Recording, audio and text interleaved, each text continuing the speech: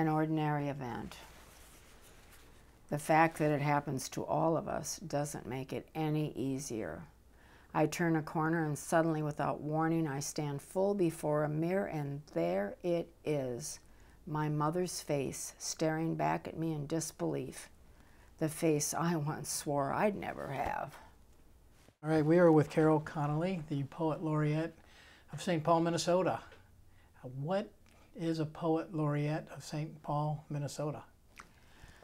Well, it all sort of started when a legislator named Phyllis Kahn put a bill in the legislature to make a Poet Laureate, since most states have one, or many states have one. And the governor at the time vetoed it, saying next you'll be asking for a poet dancer and a poet potter and a poet, even though making a Poet Laureate costs no money to the state because it goes through a commission. There's absolutely no cost to anyone. So then a friend of mine had a meeting with Chris Coleman, and she said, "We should have a Poet Laureate." And he said, "Done." So that's how hard I had to work to get appointed. What's a Poet Laureate do? I think you can do sort of whatever you want. I think people do all sorts of different things with their laureateships. And the thing that I do is since I was appointed, I think it was in 2007, I orchestrate or organize a reading by writers event once a month at the University Club in St. Paul. So writers who have new books or writers who are new writers and so on. We have this reading once a month, and we are getting great big audiences of over 100, which is a lot for a poetry reading.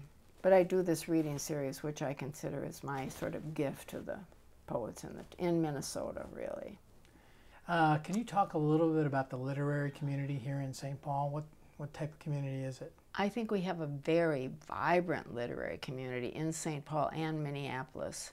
But in St. Paul, poetry is very respected and very revered, and tons of people are writing poetry, and many people are getting published. And then we have the stars like Garrison Keillor, and we have just, the guy down the street who's decided to write a few poems, and they turn out to be really good. And that's the way people, get to have a book. I mean, it's a very supported art in St. Paul, I would say, and in Minneapolis, very respected and supported. I didn't start writing until I was 40, and it was by pure accident. I think most poets don't decide, I suppose some do, don't decide when they're a little kid, okay, I think I'll be a poet. So I had been keeping a journal. That's when I was raising my family. I'd been keeping a journal, and I decided that I would go to the Loft, which is sort of our literary center, and take a class about how to write a novel or how to put all this stuff into a book. And so someone recommended that I see a writer who she knew who had a big family just like mine. She had 3 children. I had 7.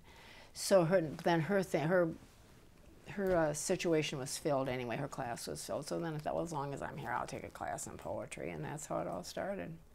What were you doing before you got into all this? I worked in New York for a while for Wonder Woman magazine, and then I was writing for the newspaper, writing for the St. Paul Pioneer Press. And when that ended, but through all of that, I was writing poetry. But then when that ended, then I was able to give a lot more time to the art of poetry, mine and the art of other people. What type of poetry do you most like to write? Revenge poetry. How's that? What is that? That is, you can get even with all sorts of people or all sorts of things that bother you. That's sort of a joke, but in a way it's kind of true. But I try to just write about everyday things and daily occurrences and what's good and what's bad that's going on. Some of my poetry, I think, is quite political because I spent a lot of time in politics through my whole life. What was your driving force in politics? I saw that you were involved in women's rights issues. Yes, I was very active in the women's movement. I was very active in Eugene McCarthy's campaign for president, and when we were trying to thought we were going to end the Vietnam War. He's a good friend. He's a fine poet, actually. In many ways, he was an inspiration for me in that he could do all of that he was doing and still write poems. And how have the politics of the state changed since Eugene McCarthy's time? I think they've sort of gone in pyramids. I mean, I think we go along and we have a nice liberal governor, as we do right now, is willing to do things for the people, and all sorts of good things happen. And then, a previous guy was the one who was a no new taxes guy, so all kinds of things shut down. And he's also the one who refused to have a poet laureate because it was going to cost the state money, he thought, even though he had obviously never read the bill. It wasn't going to cost anything. So there's that sort of up and down. I suppose that's true with any kind of political lives, isn't it? Tune us into some of your revenge. I want to hear a little bit of it. A Gentleman's Invitation. Meet me at 6 o'clock at the New French Cafe. We will share, says he, a cup of consommé. Handsome is he and debonair, his smile is as wide as the English Channel. But a hungry woman, searching for substance, could drown in a cup of consommé at 6 o'clock at the New French Cafe. Now, you mentioned the budget poem. Did the mayor ask you to write that? I think that I've forgotten what the first poem is I wrote for the mayor, and then as laureate, that was part of my laureateship.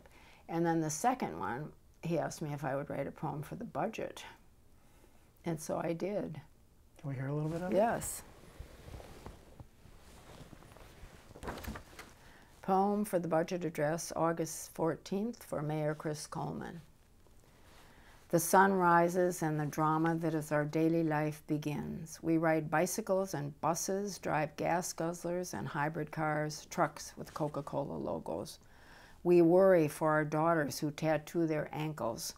We worry for our sons who pierce their ears. We work hard, try to pay our medical bills, play the roles we have chosen or have chosen us. What can we say that has not been said? The notion of no new taxes continues to stifle progress and strangle compassion. The endless war hogs our stage. We spend $200,000 every minute to sustain a government in Iraq, while Iraqi officials disappear for month-long vacations. There is no vacation for us. The bridge has collapsed. It is a catastrophe. We are shocked. We pull ourselves together, learn new lines on the run, race to help. We become the hometown heroes we will forever revere. Later, back in our old neighborhood, no matter how far up the hill we move, the old neighborhood is a lifeboat. A thunderstorm has uprooted an ancient tree. Nothing stays the same. The old tree barricades the block. We pull over to the curb, stop, weep, and then see, against all odds, backyards, gardens safe and flourishing. We are lucky to be alive. The sun begins to set. Soon the moon lights the 7 hills of our city, and we find that we possess the resolve we need to do what must be done to stabilize the neighborhoods of our beloved city. They are the foundation of freedom. Now, when I listen to that, I seem to be learning something about St. Paul, this area. Can you talk a little bit about what you were trying to impart? I was trying to impart that in spite of the budget deficit, which was pretty huge at the time, we still have a great city and we have a great future in this city. And this was written in 2007, so we've done all right in the...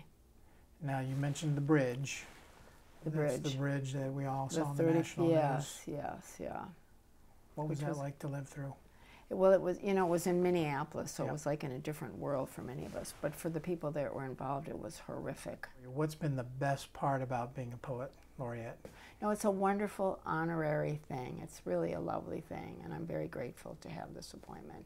And for me, it's a lifetime appointment, which was probably a safe bet on the mayor's part, since I'm not a little older, since I'm an old girl by now. Well, Carol Connolly, thank you very much for taking the time with us. Thank you. It was a pleasure meeting you and meeting you.